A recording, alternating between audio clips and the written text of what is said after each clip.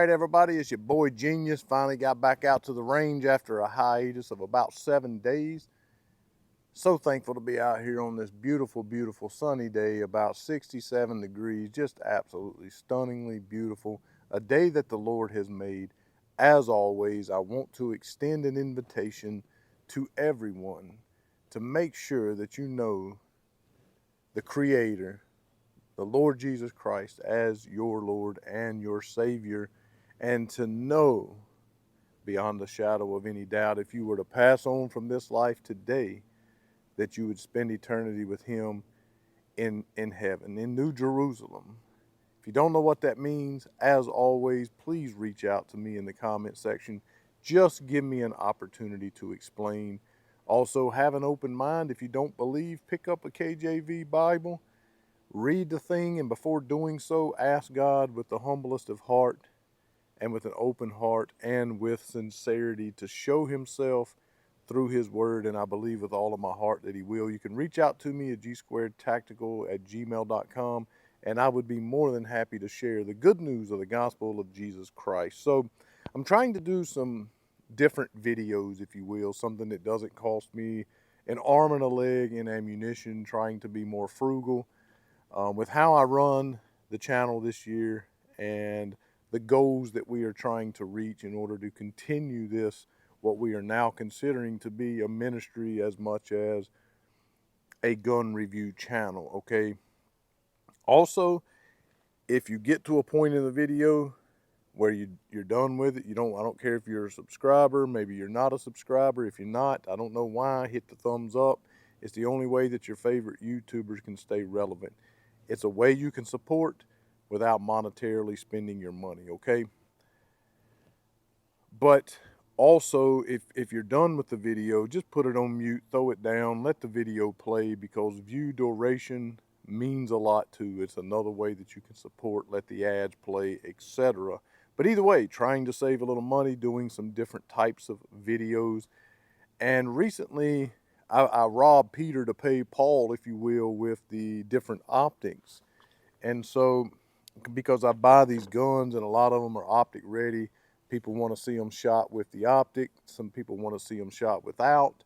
So I end up usually taking an optic off of one gun and then putting it over onto another, taking it back off and just switching them back and forth. If I plan or decide to keep the gun, what ultimately ends up happening there is that now I need a gun, or I have a gun that needs an optic, right? So just recently having purchased 4 or 5 optics to replace some that I had robbed off of the guns, it really got me to thinking, like, what is my favorite large optic, okay? My favorite optic for a gun that I'm not carrying, right? Because I don't like a lot of bulk when I carry, especially with 7 or 8 months of summer type weather here in North Carolina. So we're generally wearing light clothing, shorts, etc. I don't like to carry bulky guns, okay? But nightstand gun, truck gun, woods gun, whatever the case might be, I want a glass, getting no younger, that has the biggest field of view. It has the largest window, if you will, but also has a clear window, also is a reliable and rugged optic. And there's a lot of those on the market, so it makes it difficult to choose which is the right one, which one, I mean, again, that fits in your budget. Because again, if you have multiple guns, as I do, that can get extremely expensive, okay? There is one that I still like the most, but I don't own the most of them, right? I might say, this is not true, I might say that I like my Staccato better than my Glock 19, but I can't afford a whole safe full of Staccatos, so I might buy 5 or 6 Glock 19s. But the reality is I like my Platypus better, but either way, than my Staccato. But either way, you get what I'm trying to say, right? So you have to find, I guess in some cases, you have to find a happy medium. So price, rugged, durability, glass size, glass clarity, dot clarity, all of those things come into the equation. And there may be some that are slightly better than others Not saying the others don't get the job done. So I put a lot of thought into this, and you've heard me say in the past, and I hope at this point it's not the point that you stop the video, but you've heard me say in the past that the SRO from Trijicon is my favorite large optic. And I'm going to tell you right now, probably shouldn't say this, but I'm going to tell you right now that that has not changed. It is still my favorite large optic. The Spec series from Smith that I have here, actually a beautiful work of art from Smith. It also has the SRO on there as well. And so the SRO is still my favorite large optic, but also it's the design of it, the shape of it, if you will. It also makes it carryable on a lot of guns, okay? But just for nightstand, putting it in the truck, you know, you might be getting out of the truck. You might, you know, out here in the woods, you might get ran up on by some animal or something. You know, if I can have a large window, and the largest window I can have, the better, right? Because when I point it up, when I point the gun up, it makes it easier for me not only to see what I'm aiming at, but to find that dot. It makes it easier and faster for me to be able to do that because I have that larger field of view, if you will. So after really putting a ton of thought into it and looking in the safe and saying, okay, well, which guns do I have that have large optics on them, and what have I chosen to put on there, okay? And the answer to that is, I have my CZ Shadow 2 optic ready here that I have a plate. Everyone always asks. This plate came from Ben Stoger's ICM plate. I have not changed the front sight on this one to match that plate, although I did on my Shadow 2 Compact.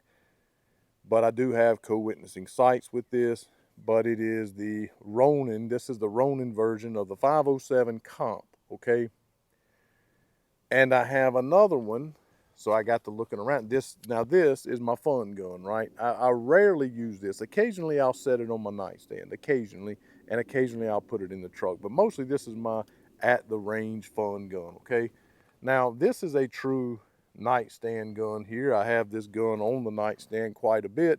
This is my FNX 45 Tactical from FN, and this is the non-Ronin version of the same optic, the 507 Comp, okay?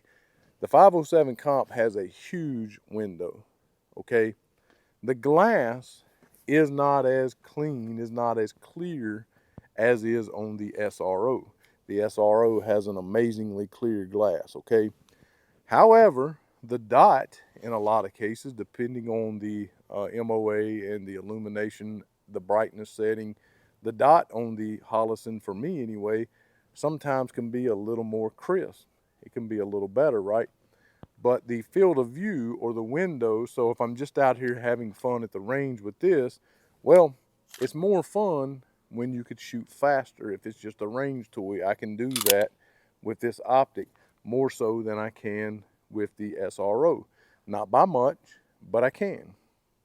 Now, why do I still choose the SRO as my favorite large optic? Okay, again, mostly a fun range toy. Very formidable home defense weapon that stays on my nightstand a lot. Has the Holosun 507 Comp on there. I trust this optic. Holosun is a very reliable optic, and I've had no reason to believe that they would fail or that they would not be rugged or stand the test of time, okay? Very formidable home defense gun. It stays on my nightstand a lot. It has the Holosun 507 Comp on there. Just an absolutely huge window that makes it easy when you're pointing out to, I mean, it literally just picks up instantly. You don't have to hunt for it, say like you do on a smaller gun like the EPS, the 365X Legion here. The EPS, okay? So when you point up the EPS, immediately I didn't see the optic, you know, I mean, I didn't see the dot, okay? I had to adjust it a little bit because the window on here is so much smaller, right? That may not be the case for everyone. Again, you get good with what you train with, but this is just a video on what large optic do I use in truck, nightstand, those types of situations. Again, most of these optics I'm not going to have on my carry gun, okay?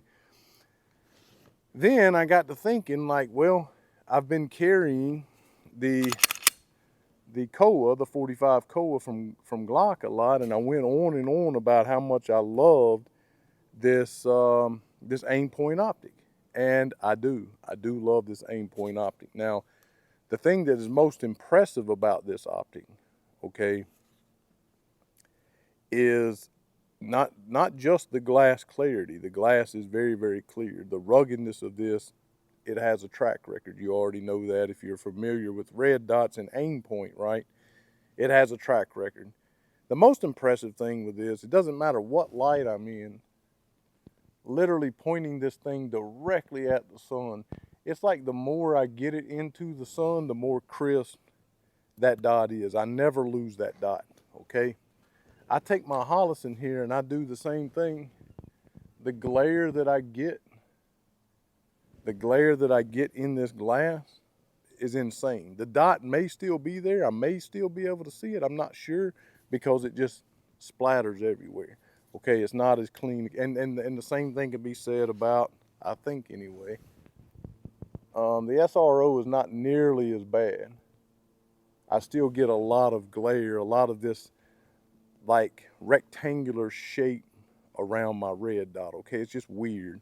It makes it hard to focus on your red dot, okay? Not nearly as bad on the SRO as is the Holosun there, but still not as good as is the Koa, okay? The Aimpoint. What did I do with that gun? Oh, here it is. Anyway, still not as good as the Aimpoint here. This is a great optic. However, in this setup, okay, maybe not the old Aimpoints that were, you know, you see on some of the Walthers, the Glocks, they put them on everything now. You know, the doghouse, the mailbox is sitting on top of it. I've not had one of those, and they are very expensive, and price comes into the equation here, right? But on this particular application and setup, I consider this to be a very carryable optic, okay? I don't consider it to be necessarily small or micro or anything like that, but it's very, very carryable with it not sticking off the sides, it not sticking up as high as the other Aimpoints did on the Glocks and so forth. So I didn't really put this one into the equation, although I do like this optic better than any of them really, okay? But Holosun 507 comp, now this comes in, I think that one of my local stores gave me a good price on it, of course, because I buy a lot of stuff from them. They gave it to me for, it is side battery. You replace the battery in the side. You don't have to remove the optic. It does not have the solar that Holosun is famous for, if you will. But they did let me have this for $300, okay, plus tax. It's $299 plus tax. But typically they're somewhere around $350, okay? The SRO, on the other hand, is somewhere, depending on where you get, what kind of sale you might get, they run anywhere from $550 to $650, depending on where you look. So almost double the price, okay? And of course, you already know the Aimpoint is very, very expensive. So I like the SRO better, okay? Gene, why do you like the SRO better? Okay, well, because the SRO has a cleaner glass, okay? With me getting older, having a little bit of astigmatism, I like a clear glass. That means a lot to me, and that's why I like the Aimpoint so much.